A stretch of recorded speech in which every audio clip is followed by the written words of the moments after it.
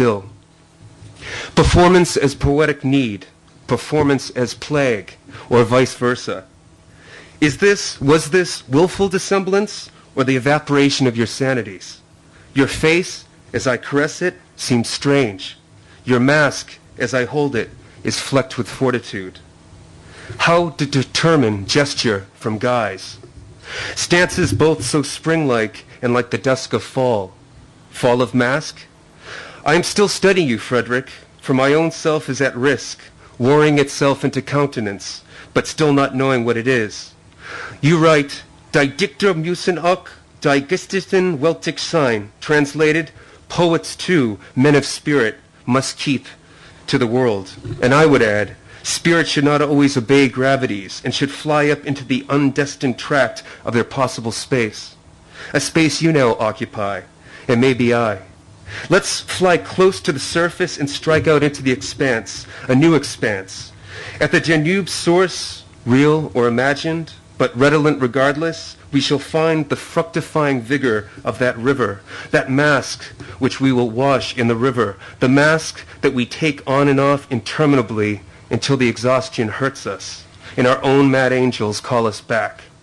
As I contemplate the piecemeal biographies and stenographies which assert you as this or that, I ask what particulars can be known. Is your mask inundated with sweat or the resin of a renegade? Thank you.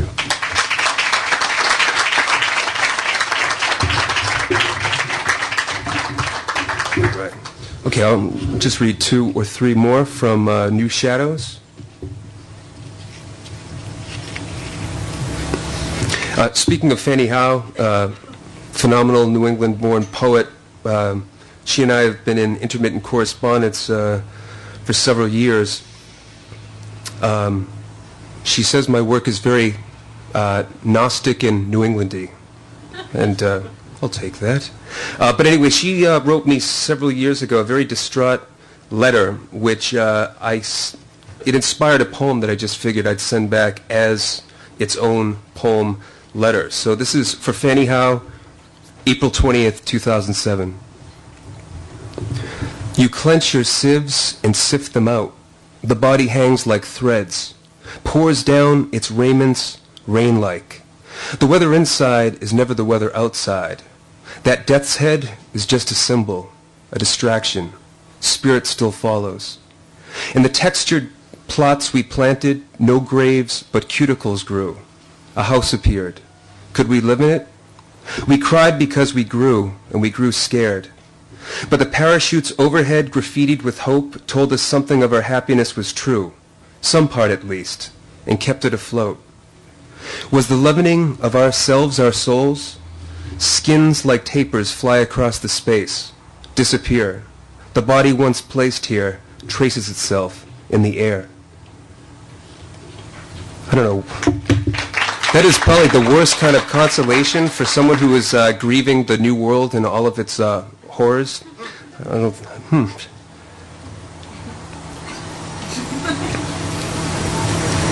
Okay. Material gains. Material gains, but there are limits. Recall the flesh melts into dew, and in turn lessens to less.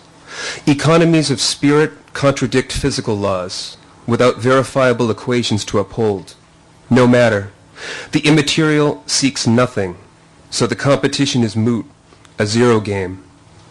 Difficult to translate a ghost to its origins, a fleeting something into an eternal nothing. Speech tries to be twin, sound into substance, but can never decide, nor both be and be not. Ghost speech is keen, honing afterlife from the aftermouth.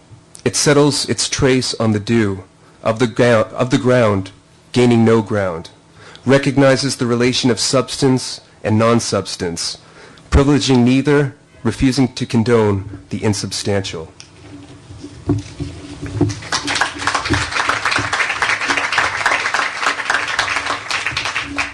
This is a poem for Jay Leno and Conan O'Brien. No, I was just trying to be au courant, but I will be very topical. This is the last poem I'll read, and I think in some ways it's sort of fuses the idea of the evening of myself and Chris, and now myself and Chris and Jason, and myself and Chris and Jason and all of you. Thanks so much for coming out. Christina. And Christina. Oh. Where's Christina? Oh, there she is. Christina, this poem is for you. Forget everything else I said. Still another, and I do use the M word here. Still another, wherein metaphysics upbraids theory in the service of ethics. I know, it sounds like a Brown University semiotics class. Still another, wherein metaphysics upbraids theory in the service of ethics. By the way, the designer of this book was inspired by this poem for this interesting picture, illustration.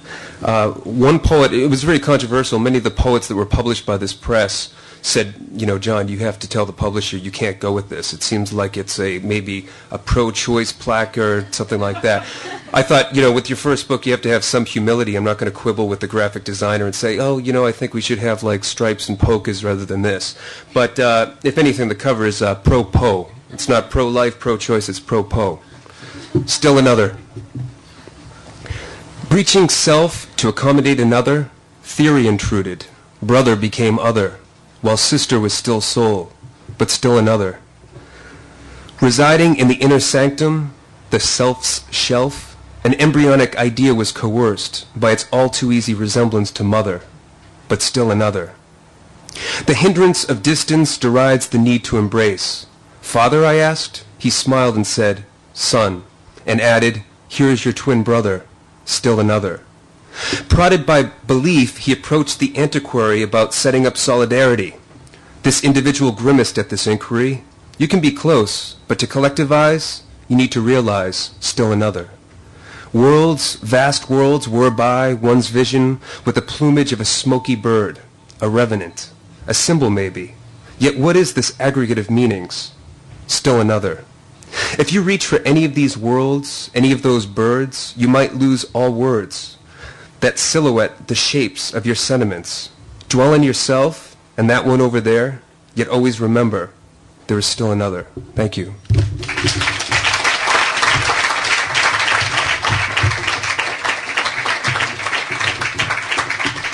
Thank you, everybody. And thanks to Jessica already, too, from this Frontier Needs Heroes. And the night is not over. I'm sure you're all hungry. It's past dinner time, so why not replace your meal with margaritas, as we're going to do at El Cantinero, which was the first place I was allowed to drink when I was a freshman at NYU. I was 18, and you walked to the second floor, and no one ever said a thing. So come join us at El Cantinero. I believe it's a happy hour all night. Again, thanks. If you want a book, the books are up here. If you want one of Jason's books, you got to talk to Jason. They're coming. Or come to his event tomorrow night at Bar Mattress in Brooklyn. I'll be there. Thanks a lot, everybody.